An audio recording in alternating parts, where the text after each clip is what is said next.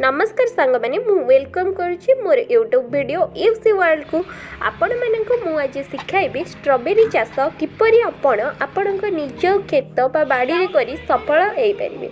देखु आमे मैंने यहाँ को मल्चिंग कर देचु जहाँद्वारा कि एथिराओ घास अनाबना गच उठी पार ना एवं आमर कियारी केते सुंदर भाव में क्लीन होकी अच्छी आमे पूरा कियारी को संपूर्ण कर देचु। यहाँ हूँ स्ट्रॉबेरी गचर चारा ये चारे भी आमर गोटे कोली हो जाइथिला जोटा कि बहुत सुंदर हो जाइथिला। देखंतु आमे एहा को कोन उपाय रे पोतुचु। देखंतु प्रथमे आपण से जो गातरे अल्प माटी को खोली गचर मूल सहित थिबा माटी रे जोटारे कि आमे ताको पोती देबा। पोती सारिला पर एबे आपण माने आग को देखंतु आम कियारी किपरि संपूर्ण भाव में स्ट्रॉबेरी चाष रे पूर्ण हो जाइछि एवं धाड़ी धाड़ी सफा होइकी लागिछि। आग को एथिरे फल हेले मु आपण मानकु देखाइबी। रोहुची आपण माने मो चैनल को सब्सक्राइब लाइक एंड शेयर करंतु। किछि जानिबा को हेले कमेंट करंतु। रोहुची।